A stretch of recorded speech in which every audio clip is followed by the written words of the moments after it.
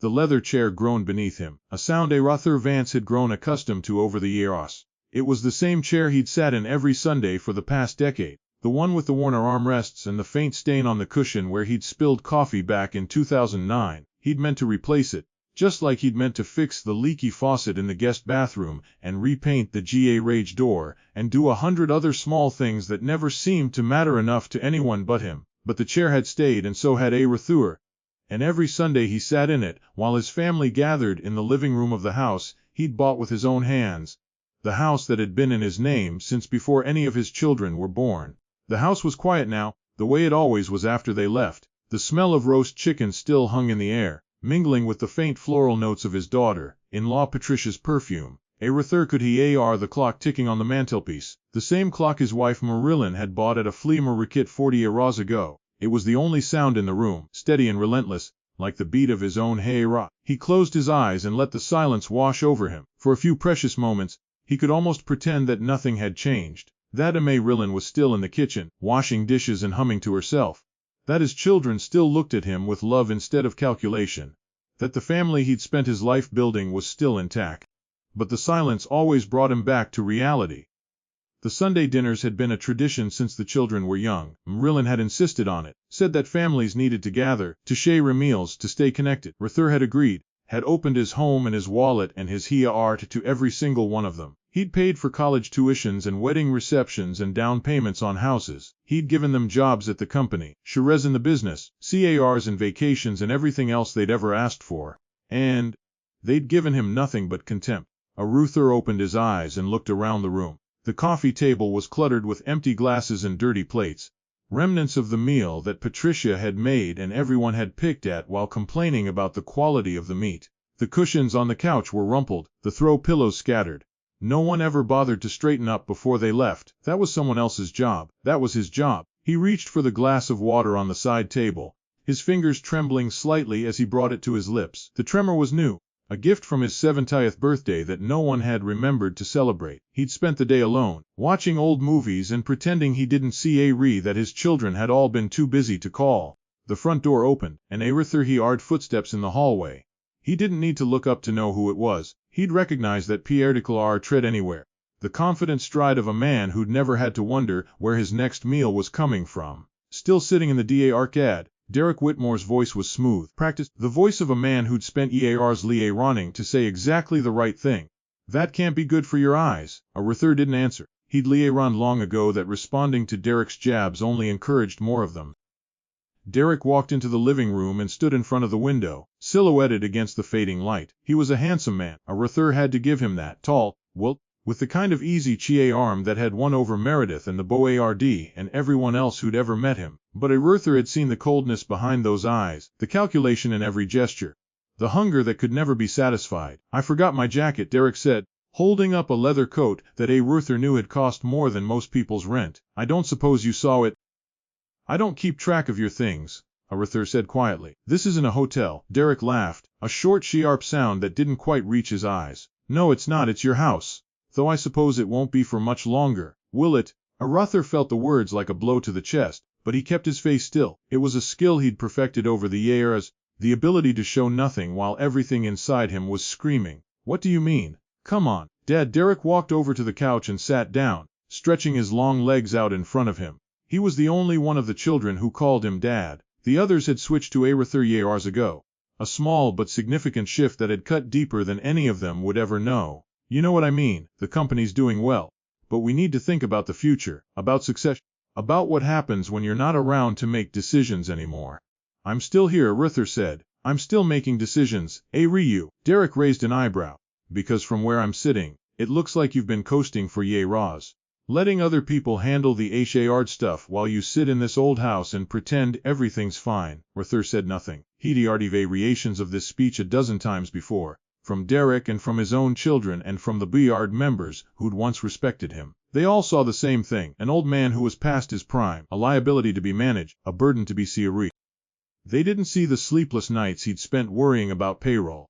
They didn't see the deals he'd made in the shadows, the partnerships he'd forged, the empire he'd built while they were all congratulating themselves on their own ambition. They didn't see the real Arthur Vance, because they'd never bothered to look. I'm not trying to be cruel, Derek continued, his voice adopting that ca-reful tone that made Arthur want to throw something at him. I'm just being practical. The board's been talking. They're worried about stability. They're worried about the stock price.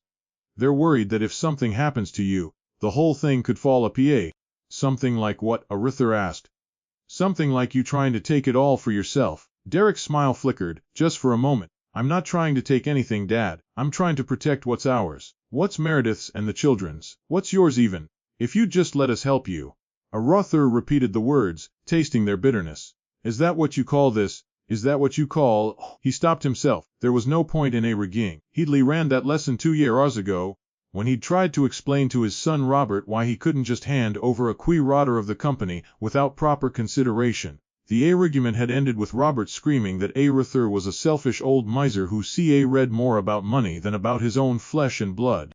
That had been the first time Arthur had heard his son call him a miser. It hadn't been the last. I'm going to be honest with you. Derek leaned forward, his elbows on his knees, his expression earnest. The board is going to vote on a change of leadership next month. They want me to take over, full control. And I think you should step aside gracefully, while you still can. While I still can, Arthur repeated. That sounds like a threat. Call it whatever you want. Derek stood up, smoothing down his expensive shirt. I'm just trying to look out for you. You've done so much for this family, Dad, more than anyone knows. It's time to let someone else ride the weight. He walked toward the door, then paused, turning back. Oh, and one more thing. Meredith and I have been talking about the house. We think it would be better for you to move somewhere smaller, somewhere easier to maintain, somewhere that doesn't have so many... Arthur read at him, his hands gripping the arms of the chair. This is my house, he said quietly. I bought it, I paid for it. It's in my name for now. Derek smiled, and this time there was nothing about it. But think about it, Dad. What are you going to do with all this space? All these rooms that just sit empty? It's a burden. Let us take care of it for you. Let us take care of you. He was gone before Arthur could respond, the front door clicking shut behind him. The silence that followed was heavier than before, pressing down on Arthur's shoulders like a physical weight. He sat there for a long time, staring at the empty fireplace, watching the shadows lengthen across the room. His mind drifted back to the years when the house had been full of laughter and the sound of children playing. He remembered ring his daughter Jenny on his shoulders, her little hands clutching his hair, her giggles echoing through the halls. He remembered teaching Robert how to ride a bike on the driveway, steadying the handlebars and running alongside until his son could balance on his own. He remembered Meredith, his firstborn, sitting in his lap and asking him to tell stories about the factory. They'd all been so young, so innocent, so full of love, and now they were strangers, taking pieces of him one by one until there was almost nothing left. Arthur walked over to the window and looked out at the backyard. The garden was overgrown. The roses that Emmeline had loved so much choked by weeds. He'd tried to maintain it after she died, but his hands didn't work the way they used to, and his hero wasn't in it. Another thing he'd let slip away. The phone. Ring him out of his thoughts. He let it ring 3 times before he picked it up. It was Tom, his lawyer. I'm sorry to call so late, but I have some news.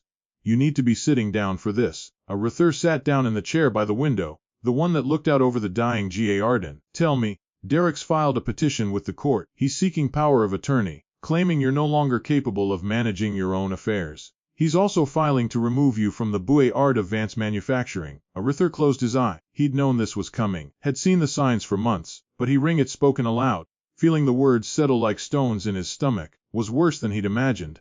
On what grounds, he asked, his voice steady despite the tremor in his hands. He's claiming mental incompetence. He's got statements from doctors, from employees, from family members. He's building a case that you're a danger to yourself and to the company. Arthur let out a slow breath. Family members? Which ones? Tom was silent for a moment. I don't think that matters right now. Arthur, what matters is that we have to respond. We have to fight this. Which ones? Arthur repeated, his voice rounder now. Tom said quietly. And Jenny. And they've all signed statements. They're saying you've been forgetting things, losing track of time, making bad decisions. They're saying you can't be trusted to run your own life. Arthur read out the window at the fading light. The garden was growing, the shadows swallowing the last traces of color. Somewhere in the distance, a dog was, the sound muffled and hollow. I see, he said, his voice flat. Arthur, I know this is hard, but we have options. We can contest the petition. We can bring in independent medical examiners. Arthur cut him off. No, Tom, I want to let it go for Ard. Let it go for Ard. Arthur, if they win, they'll take everything. Your house, your company, your assets. You'll be at their mercy. Arthur's hands were steady now, his voice. I know exactly what they're trying to do. And I'm going to let them think they've won. Silence on the other end of the line. I don't understand, Tom finally said. Why would you let them do this? Because I need to see, Arthur said. I need to see how far they'll go. I need to see who they really are. I've been too generous for too long, Tom. I've given them everything they ever asked for, and they've never been satisfied. They always want more. And now they think they can take it all. Watching the last glimmer of light disappear below the horizon. But they've made a mistake. They've underestimated me. They think I'm weak. They think I'm finished. And I'm gonna let them keep thinking that. Right up until the moment I take it all back. Tom's voice was cautious. What are you planning? Arthur smiled, a thin expression that didn't reach his eyes. I've been planning for years, Tom. Every time they asked me for more money. Every time they took something without asking. Every time they looked at me like I was an inconvenience instead of a father. I was planning. I've been building something. Something they don't know about. Something they can't touch. He looked down at his hands.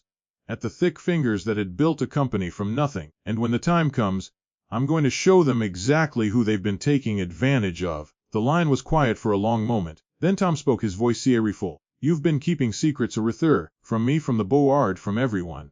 What have you been doing? Arthur left, a low sound that was half relief and half anger. I've been building an empire, Tom. An empire that even Derek Whitmore can't steal. And when this is all over, they're all going to wish they'd treated me a little better.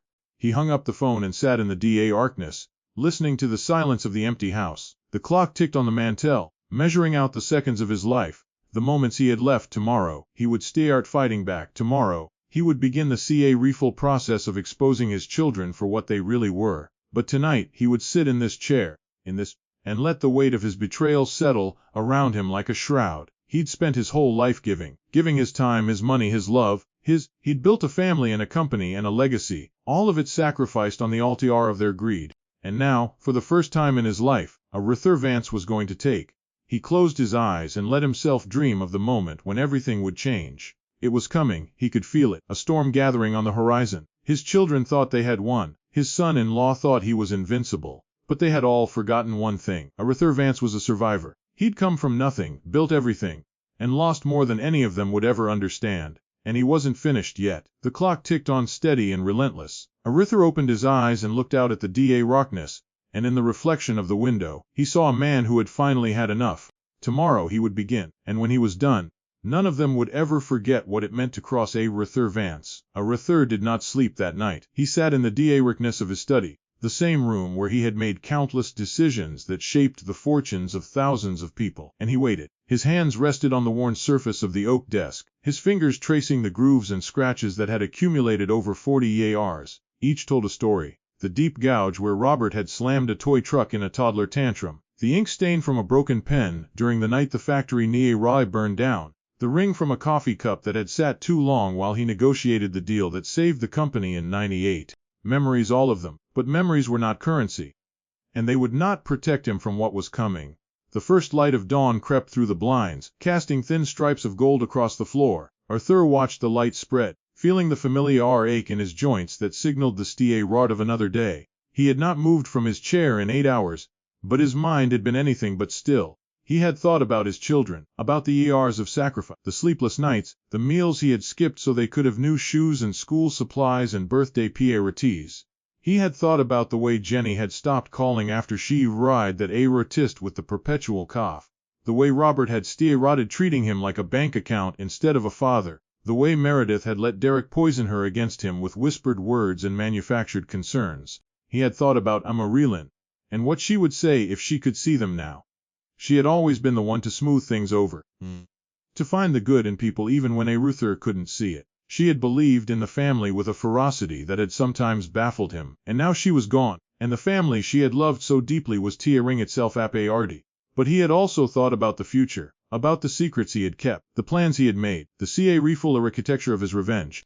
Arthur rose from the chair with a groan and walked to the window. The street outside was quiet, the suburban stillness broken only by the distant sound of a lawnmower rotting up. His neighbors were good people, the kind who waved from their driveways and brought over casseroles when someone died. They had no idea what was happening inside this house, no idea that the quiet old man who lived next door was about to declare on his own family. He dressed slowly, choosing his clothes with care, a pair of comfortable slacks, a pressed shirt, a jacket that had seen better days but still held its shape. He was not trying to impress anyone. He was simply preparing for battle, and a soldier dressed for guerre. The office he kept was not the gleaming headquarters that Derek had taken over. It was a small space in an older building on the other side of town, a place that had been his first real office when the company was still small enough to fit in a single room. He had kept it all these years, using it as a quiet retreat, a place where he could think without interruption. No one knew about it except the people he trusted most, and that number had grown very small over the years. The drive took 20 minutes, and Arthur used every second to steel himself. He had spent the past 3 years preparing for this moment, building his invisible fortress, gathering his resources, but preparation was one thing, and execution was another. He could not afford to make mistakes. The building was empty when he arrived, the way it always was on Sunday mornings. He unlocked the door and walked up the A-row staircase, his footsteps echoing in the silence. The office was clean and spacious, a desk, a filing cabinet, a telephone. But the real treasures were hidden behind the false panel in the wall. A safe that held the keys to everything he had built. Arthur opened the safe and began pulling out files. He had worked with the same small team for 3 years, each of them bound by loyalty and discretion. There was Emery, his old secret Arthur, who had known him since before the company's first major expansion. There was Samuel, the quiet genius who had helped him secure patents that would change the industry. There was Grant, the lawyer who had never once betrayed a confidence. And there was Ard, the accountant who had kept the books in perfect order, who had tracked every dollar with the precision of a surgeon. They arrived one by one, each of them looking at Arthur with expressions that ranged from concern to quiet determination. Myrie was the first to speak. Ard about the petition, she said, her voice steady despite the worry in her eyes. Grant called us last night. What are we going to do? Arthur gestured for them to sit. They gathered around the small table, the same table where they had spent countless hours planning and strategizing. It felt good to see them again, to feel the familiar weight of their loyalty. First, I want to thank you all, he said, his voice rough with emotion. I know this isn't what any of you signed up for. You've all been patient, waiting for me to make my move. And now the time has come. What do you need from us? Samuel asked. He was a man of few words, but his eyes were sharp and his mind was quick. I need you to be ready, Arthur said. The court hearing is next week. Derek thinks he's going to win. He thinks he has the board, the medical reports, the family statements. He thinks he's covered every angle, but he doesn't know about any of this. He gestured to the files spread across the table. He doesn't know about the patents, the real estate, the PA runnership.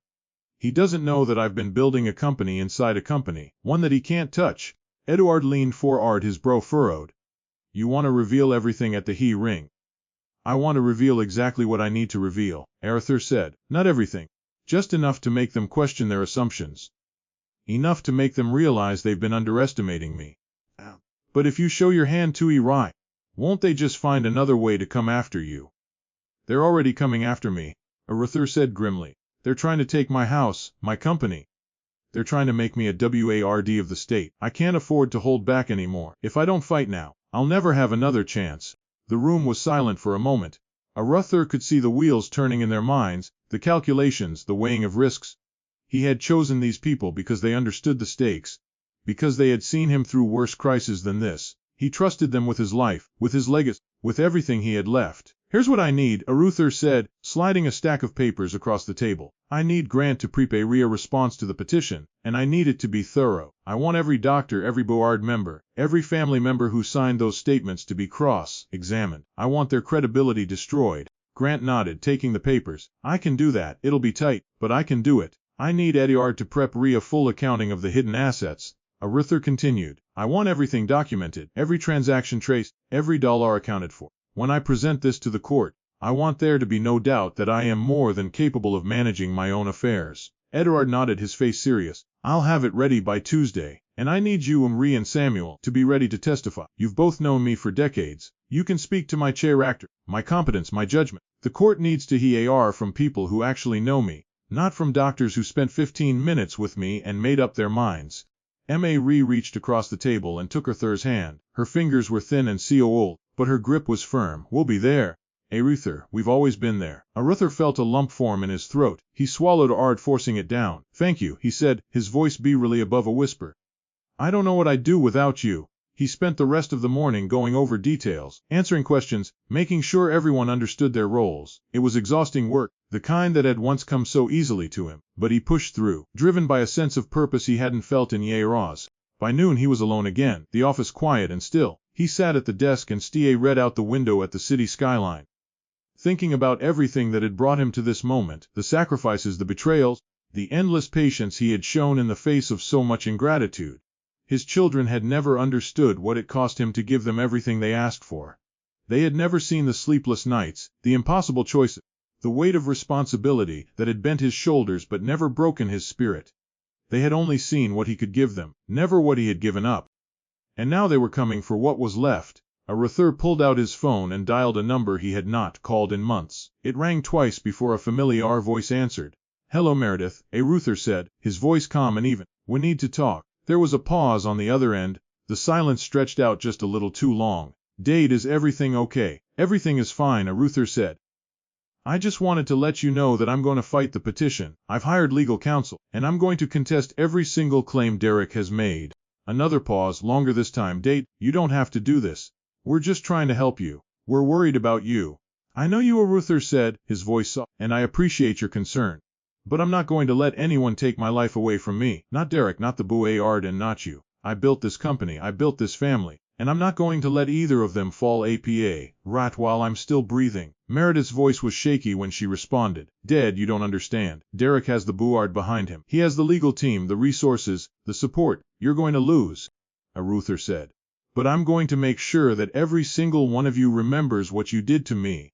I'm going to make sure the whole world knows what kind of people you really are." He ended the call before she could respond, setting the phone down on the desk. His heart was pounding, his hands trembling, but he felt a strange sense of calm wash over him. He had done it. He had declared his intentions, set the wheels in motion. There was no going back now. The afternoon stretched out before him. Long, Arthur spent it going over files, making notes, planning his strategy. He felt more alive than he had in years, more focused, more determined.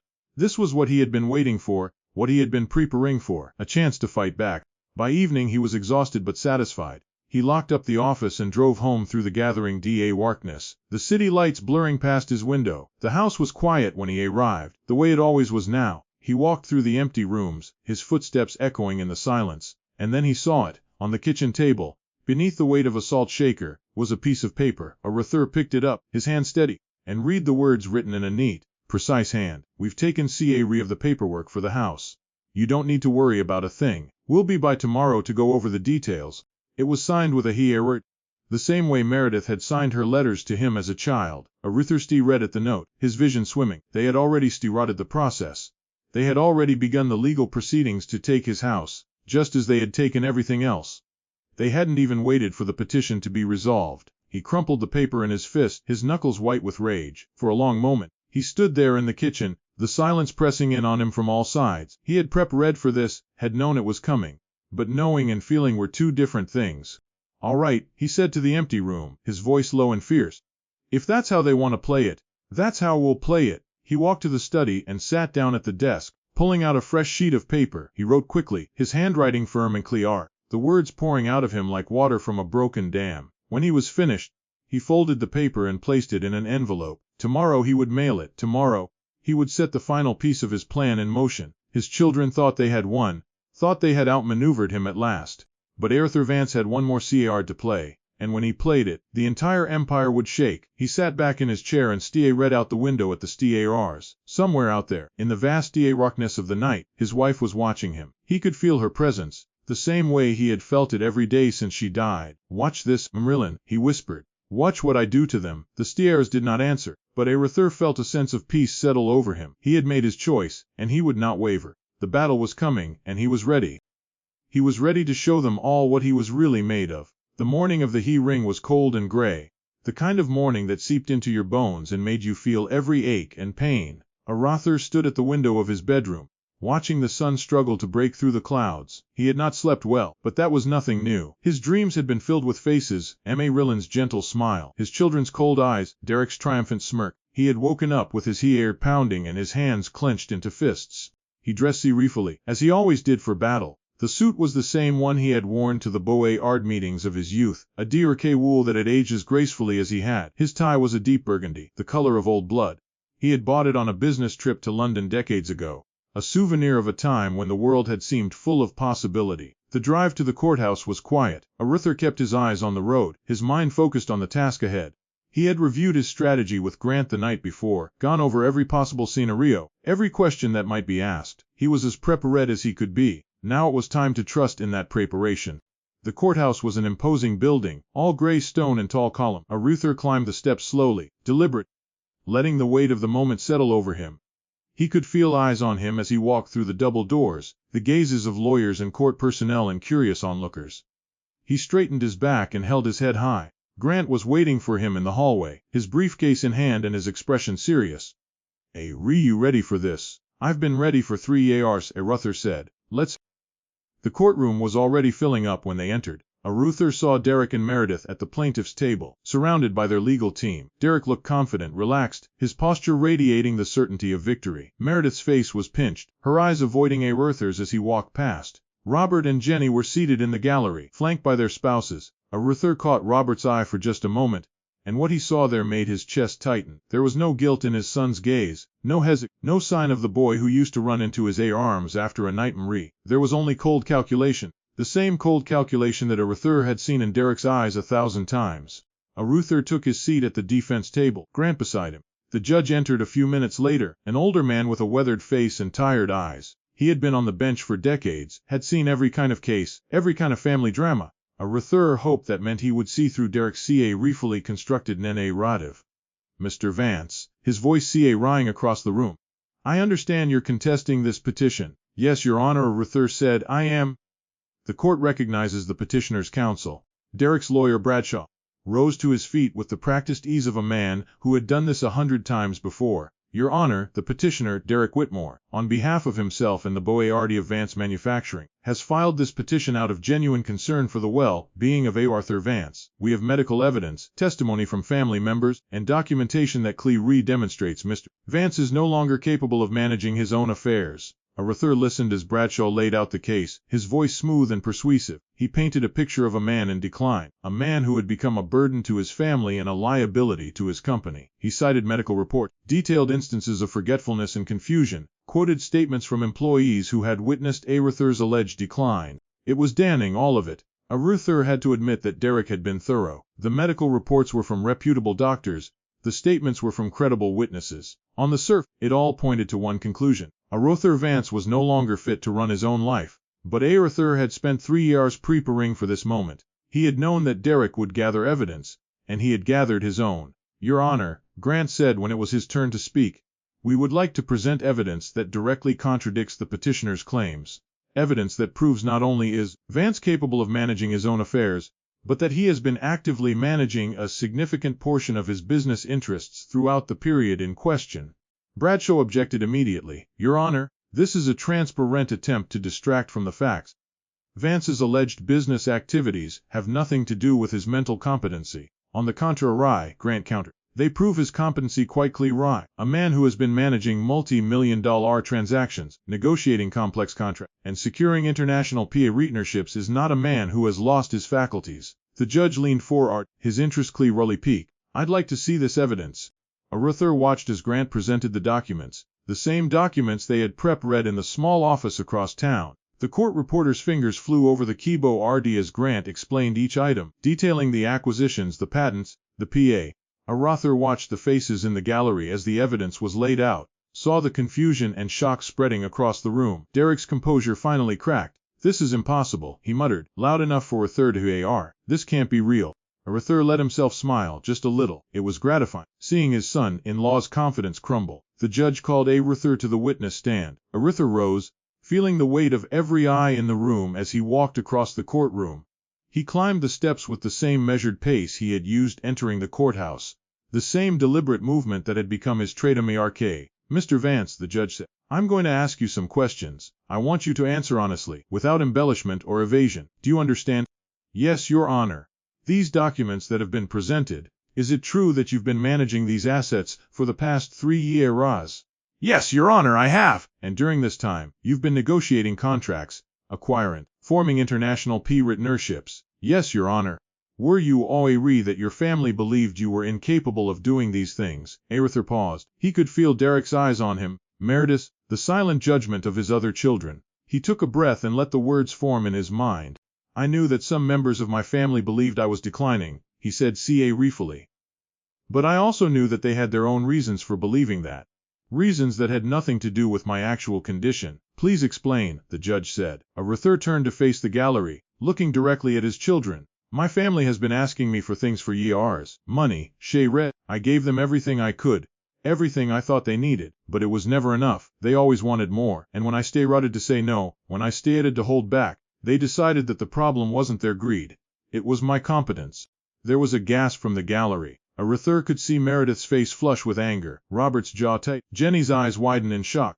Are you suggesting, the judge said slowly, that your family fabricated this petition in order to take control of your assets? I'm not suggesting anything, Arthur said calmly. I'm stating fact. The documents you've seen prove that I've been functioning perfectly well for the past 3 years. The medical reports my family presented do not.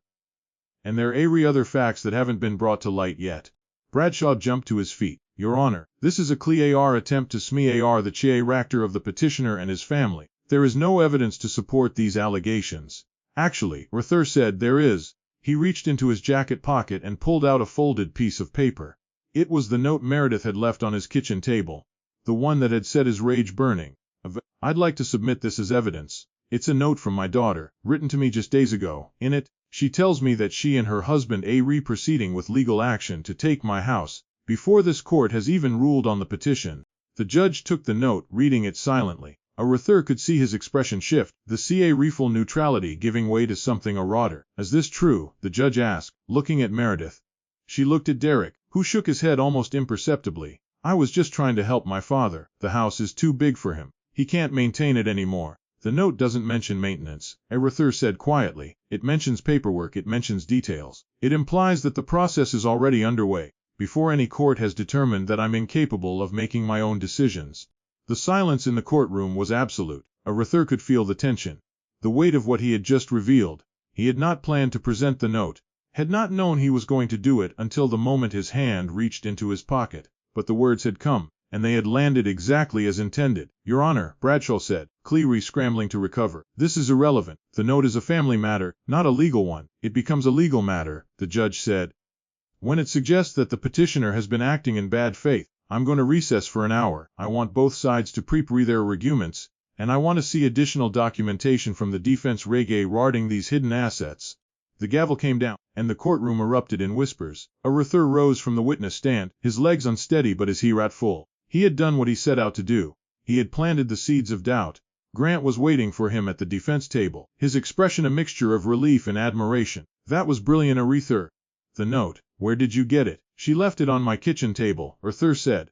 She thought I wouldn't fight back.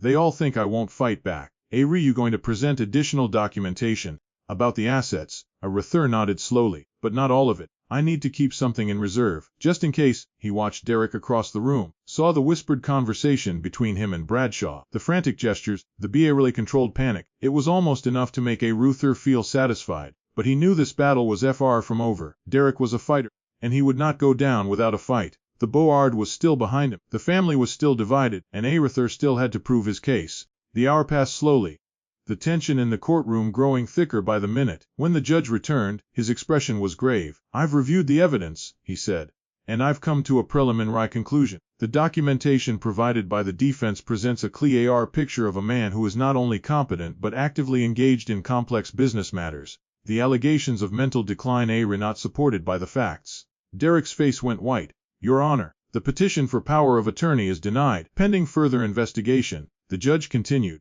I'm ordering a full review of the medical evidence, to be conducted by an independent panel. Until that review is complete, the petitioner is not to take any further legal action regarding Mr. Vance's assets. The gavel came down again, and Arthur felt a wave of relief wash over him. He had won the first round, but he knew the duel was just beginning. As he walked out of the courtroom, he felt a hand on his arm. It was Meredith, her face streaked with tears. Dad, I'm sorry, she said. I didn't want this to happen. Derek, he what? Arthur asked, his voice flat. He convinced you that I was senile. He convinced you that I couldn't take care of myself. He convinced you that the best thing for me was to have everything taken away. I was just trying to help, she whispered. Arthur pulled his arm away. You were trying to help yourself. All of you were. You thought I was weak, so you decided to take what you wanted. But I'm not weak, Meredith. I'm not senile. And I'm not gonna let any of you destroy what I've built. He walked away from her, his footsteps echoing in the empty hallway. He could feel her gaze on his back, but he didn't turn around. There was nothing left to say. Outside, the sun had finally broken through the clouds. Arthur stood on the courthouse steps and let the light warm his face. He had won the first battle, but there were more to come. The Boards still had to be dealt with. The family still had to be confronted. The company still had to be secured. But he had done what he set out to do. He had shown them all that Arthur Vance was not finished yet. He walked to his seat, his steps steady and sure. The drive home was peaceful, the weight of the past few days finally beginning to lift. When he pulled into the driveway of his house, he saw a CR in front, a familiar CR, one he had not seen in years. The door opened and a woman stepped out. She was tall and striking, with silver hair and sharp eyes that seemed to see right through him. Hello, Arthur, she said. It's been a long time. Arthur stared at her, his mind racing. It was Eleanor, his oldest friend, the woman who had helped him build the company in its early days, the woman who had disappeared from his life after a falling out with M.A. Rillin. What are you doing here? He asked, smiled, a thin expression that didn't reach her eyes. I heard about your troubles. I thought you might need some help. Arthur's heart began to beat faster. He had not spoken to Eleanor in years, had not even known where she was. But if she was here, if she had come to him now, there was only one explanation. Eleanor, he said, his voice rough. What have you done? She walked toward him, her heels clicking on the pavement. I've been watching Arthur. I've been watching all of them, and I've been gathering evidence. Evidence that your son-in-law isn't just greedy, he's been stealing from you. For years. Arthur stared at her, the words sinking in slowly. It was exactly what he had suspected, what he had hoped to prove. But he rang it spoken aloud. He rang the confirmation he had been waiting for, felt like a physical blow. Show me, he said. Eleanor nodded, reaching into her bag and pulling out a thick folder. She handed it to Arthur and he opened it, his eyes scanning the pages. The damning evidence of Derek's embezzlement, his fraud, his treachery. The sun continued to shine down on the driveway, but Arthur felt a shadow fall over him. The dour was just beginning. The folder was heavier than it looked. Arthur stood in his driveway, the afternoon sun arm on his shoulders, and he could not move. His fingers gripped the worn CA-barred edges, and he felt the weight of every page inside.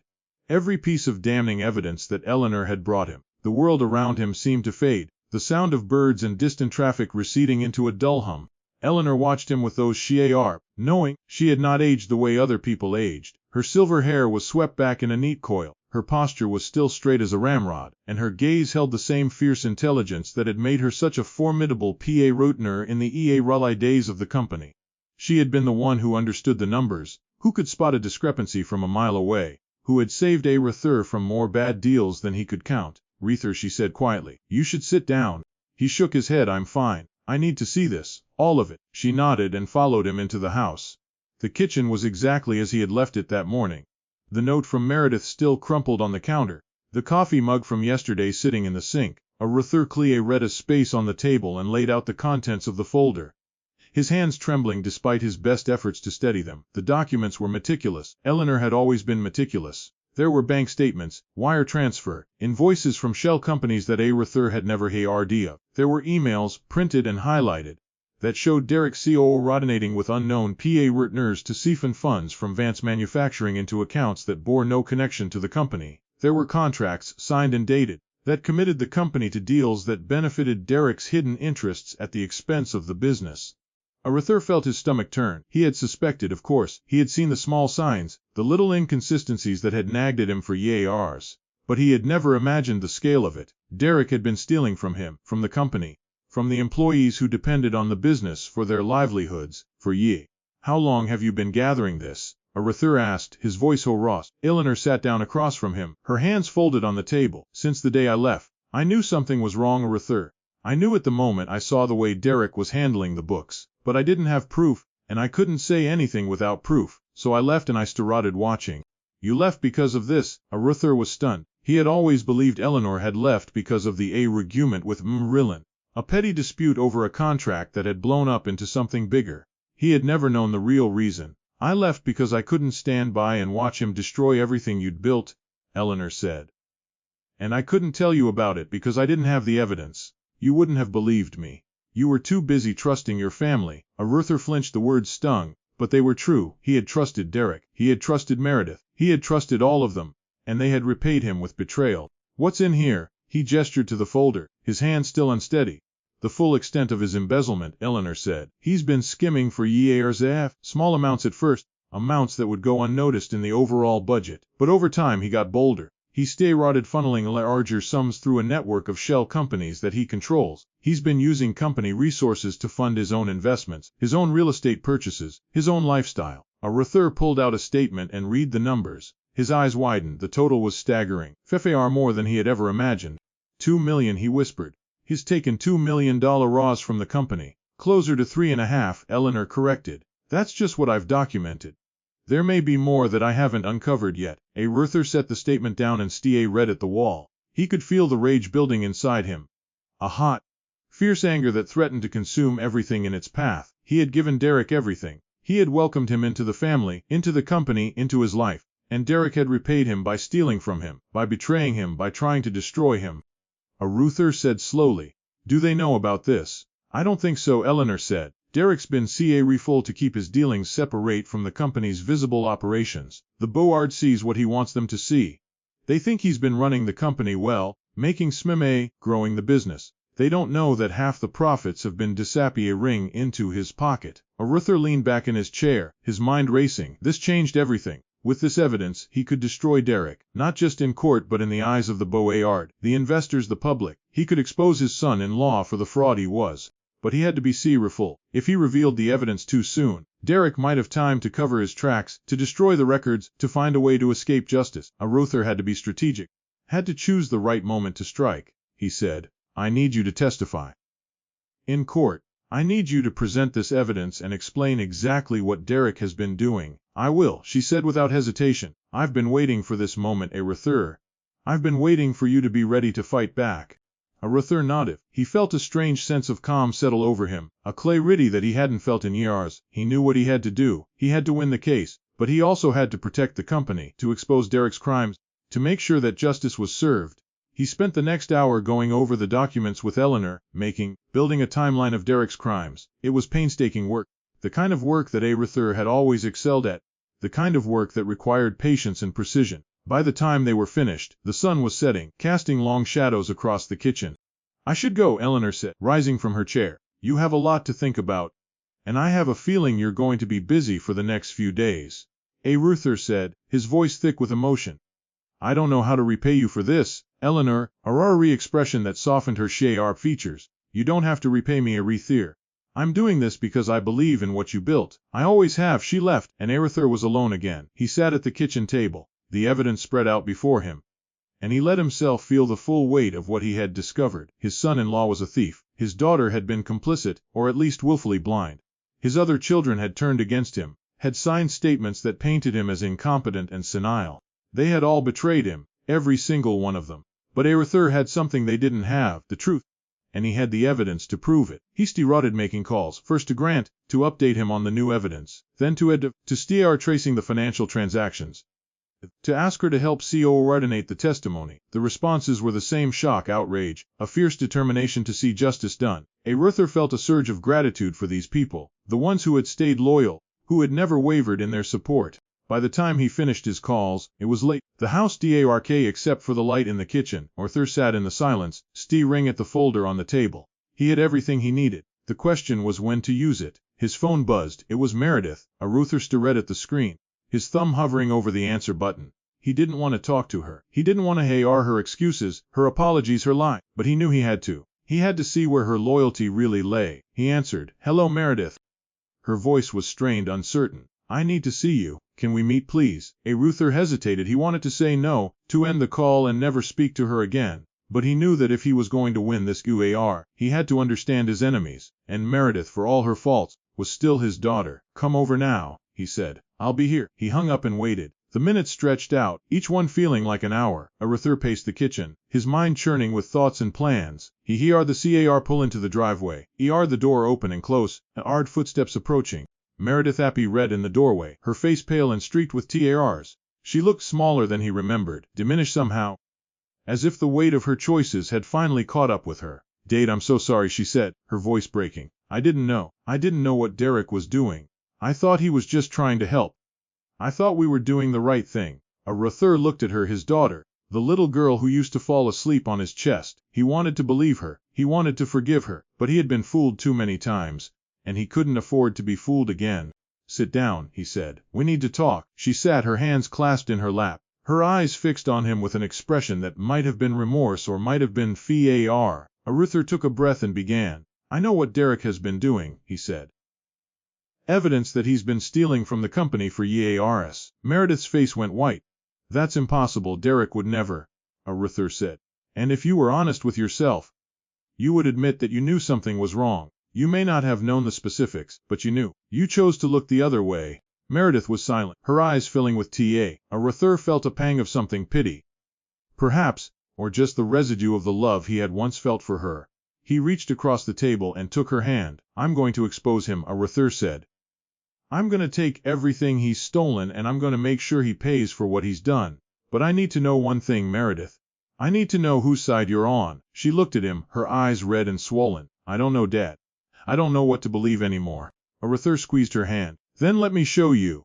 He pulled out the folder and laid it on the table, spreading the documents out before her. Meredith stared at them, her expression shifting from confusion to horror as she read the evidence of her husband's crimes. This can't be real, she whispered. This can't be happening. It is real, Arthur said, and it's been happening for years, right under your nose. Meredith covered her face with her hands, her shoulders shaking with silent sobs. Arthur watched her, his heart heavy but his resolve unshaken. He had to be strong, for himself and for the company. He had to finish this, no matter the cost. I'll testify, Meredith said finally, her voice muffled by her hands. I'll tell the court everything I know. I'll help you, Dad. Arthur let out a breath he hadn't realized he'd been holding. Thank you, he said softly. That means more than you know. He walked her to the door and watched her drive away. The night was quiet, the stars bright overhead. Arthur stood on the porch for a long time, feeling the cool breeze on his face. He had taken another step. He had gained another alley. The guar was far, but Arthur was beginning to see a path for art, a path that led to justice, a path that led to victory. Tomorrow, he would begin the final stage of his plan. Tomorrow, he would face Derek in court and lay out the evidence that would destroy him. But tonight, Arthur stood under the stars and let himself feel hope for the first time in years. The courtroom was packed. Arthur had expected a crowd, but this was something else entirely. Reporters filled the back rows, their notebooks open and pens poised. Investors and board members crowded the gallery, their faces a mixture of curiosity and really concealed anxiety. Even some of the factory workers had shown up. The men and women who had spent decades building the company with their hands and their sweat. They sat in the last row, their faces grim, their eyes fixed on Arthur with an expression that might have been hope. Arthur walked to the defense table with the same measured pace he had used every day of this trial. His back was straight, his shoulders school-red, his gaze steady. He felt the weight of every eye in the room, but he did not let it slow him down. He had come too far to falter now. Grant was already at the table, his briefcase open and his notes arranged. Were you ready for this? He asked quietly. Arthur nodded. I've been ready for a long time. The judge entered, and the room fell silent. Arthur watched the familiar ritual unfold, the bailiff calling the court to order, the lawyers rising and sitting in their practiced choreography. It felt like a play, a drama that had been building to this final act. Bradshaw rose to speak first. His voice was smooth, confident, the voice of a man who still believed he could win. The petitioner has presented a clear case that Mr. Vance is no longer capable of managing his own affairs. The evidence speaks for itself. We ask the court to grant the petition and protect Mr. Vance from his own declining faculties. Arthur listened, his face impassive. Bradshaw was good, he had to admit that. He painted a picture of a frail old man, a burden on his family, a danger to himself and his business. It was a compelling narrative, one that might have worked if Arthur hadn't spent the past 3 years building a fortress of proof. Grant rose to respond. Your Honor, the defense has presented extensive documentation that Mr. Vance has been actively managing complex business affairs throughout the period in question. We have also presented evidence that the petitioner, Derek Wick, has been engaged in systematic embezzlement from Vance Manufacturing for years. We move that the petition be dismissed and that Mr. Whitmore be held accountable for his crimes. The courtroom erupted in whispers. Arthur could see Derek's face go white, could see Meredith's hands clench in her lap. He kept his own expression neutral, his eyes fixed on the judge. The judge called Arthur to the witness stand. He climbed the steps slowly, his joints aching from the cold, but his mind shaken clear. He settled into the chair and waited for the questions. Mr. Vance, the judge said, I want to hear from you directly. What do you say to the allegations against you? Arthur took a breath. He had read for this moment, had rehearsed the words 100 times in the quiet of his study. But now that it was here, he felt a strange calm settle over him. Your Honor, he said, his voice steady. I've been accused of being incompetent, of being a danger to myself and my company, but I've spent the past 3 years building a business that has quadrupled in value. I've secured patents that will revolutionize the manufacturing industry. I've forged partnerships with companies in 12 different countries. I've managed tens of millions of dollars in assets with precision and CE. He paused, letting the words sink in. Does that sound like a man who can't manage his own affairs? The judge looked at him, his expression unreadable. And what do you say to the claim that your family is acting in your best interest? Arthur smiled, a thin expression that didn't reach his eyes. My family, Your Honor, is acting in their own interest. They saw an opportunity to take what I'd built, and they took it. They signed statements that painted me as senile, not because they believed it, but because it served their purposes. He turned to look at his children, seated in the gallery. Robert looked away, his face flushed with shame. Jenny was crying, her mascara streaking down her cheeks. Meredith was stirring at her hands, her shoulders shaking with silent sobs. I've given my children everything, Arthur said, his voice rough with emotion. I've paid for their educations, their weddings, their homes. I've given them jobs, res opportunities. And they've treated me like a burden, like an inconvenience, like someone who doesn't matter anymore. He turned back to the judge. But I do matter. And I'm going to prove it. Grant rose and began presenting the evidence. The documents Arthur had read, the statements from trusted employees, the testimony from Eleanor. The courtroom listened in stunned silence as the full extent of Derek's betrayal was laid bare. Your Honor, Grant said, we have evidence that Mr. Whitmore has embezzled over $3 million from Vance Manufacturing. We have statements from witnesses who saw him falsifying records. We have bank statements that show funds being funneled into offshore accounts.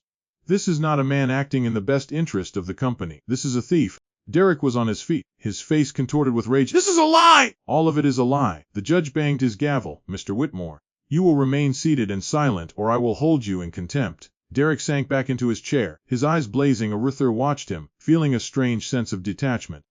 This was the man who had tried to take everything from him.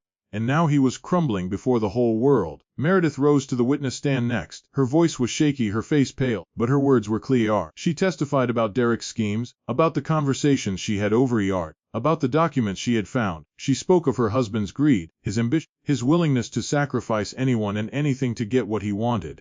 Why didn't you come forward sooner? The judge asked. Meredith's eyes filled with tears. Because I was afraid. I was afraid of losing my family. I was afraid of what people would think. I was afraid of him. She looked at Arthur, her expression pleading. I know I failed you, Dad. I know I let you down. But I'm trying to make it right.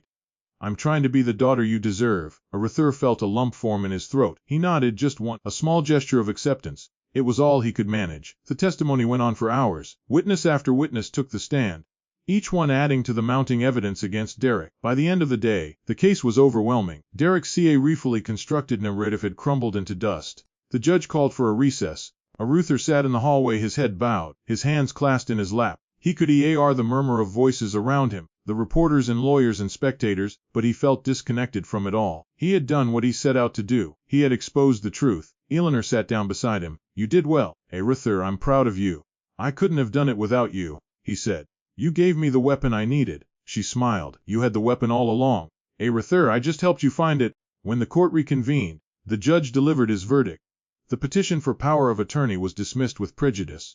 Derek Whitmore was ordered to repay the full amount of his embezzlement, and criminal charges would be filed. The Board of Vance Manufacturing would be restructured, with Arthur returning to his role as chairman. Arthur stood to accept the verdict, his legs unsteady but his heart full. He had won everything. His children approached him after the ring. Robert and Jenny looked ashamed, their eyes downcast. Meredith was still crying. But there was something different in her expression, something like relief. Robert said, his voice rough. I'm sorry, I was wrong. I was wrong about everything. Arthur looked at his son. This man who had once been a little boy running through the halls of the factory. He wanted to be angry, wanted to hold on to the rage that had sustained him for so long, but he was tired, so tired. I'm not going to forgive you, Arthur said. Not yet, but I'm willing to try. If you're willing to try too, Robert nodded, tears streaming down his cheeks. I'll try. I promise I'll try. Jenny stepped forward, her face pale. I'm so sorry. I didn't know what I was doing. I just wanted to be loved. I wanted Derek to like me. Arthur reached out and took her hand. You don't need Derek's love, Jenny, you need your own. And I'm going to help you find it. They stood together in the empty courthouse hallway, this broken family slowly trying to piece itself back together. Arthur felt a glimmer of something he hadn't felt in years. Hope. He drove home that evening, the sun setting behind him, painting the sky in shades of gold and crimson. The house was quiet when he arrived, but it didn't feel empty anymore. It felt like a beginning. He walked to the kitchen and made himself a cup of coffee, the same ritual he had followed for decades. He sat at the kitchen table and looked at the worn surface, the scratches and stains that told the story of his life. His eyes fell on the spot where the coffee had spilled back in 2009, the stain that had never quite come out. He touched it with his finger, tracing its shape. This table had seen it all, the victories, the defeats, the laughter, the tiaras. And now it would see something new, a second chance. The phone rang. It was Eleanor. Congratulations, Arthur, she said. We did it, he corrected. I couldn't have done it without you. There was a pause, and then she said, What are you going to do now? Arthur looked out the window at the rakening sky. The stars were beginning to emerge, scattered across the vast expanse like diamonds on black velvet. I'm going to rebuild, he said. I'm going to rebuild the company. I'm going to rebuild my family. And I'm going to make sure that what happened never happens again. I believe you, Eleanor said. I always believed in you, Arthur. He ended the call and sat in the silence of his kitchen. The clock ticked on the mantel, steady and reliable. The house was quiet, but it was a good quiet, a peaceful quiet. Arthur looked up at the ceiling, at the water stain that had been there for years. He would fix it tomorrow, and the leaky faucet and the garage door, and all the other small things he had let slide. He would fix them one by one, the way he had fixed everything else. He walked to the study and sat at his desk. The photograph of his younger self still hung on the wall, the man covered in grease and sweat, holding up a piece of machinery with a grin of pure joy. Arthur looked at that picture and smiled. Still going, he said softly. Still fighting. Still building. He pulled out a fresh sheet of paper and began to write. Plans for the company, plans for the family, plans for the future. The pen moved across the page, steady and sure outside. The stars continued to shine. The house creaked and settled around him, a familiar sound that had once felt like loneliness and now felt like company. Arthur Vance had won his empire back, but more importantly, he had won back his own life, and he was just getting rotted. He wrote until his hand ached, then set down the pen and leaned back in his chair. The weight he had ride for so long was finally gone. The future stretched out before him, full of possibility. Arthur smiled and closed his eyes. For the first time in years, he allowed himself to rest. The battle was over, the victory was his, and tomorrow he would begin again.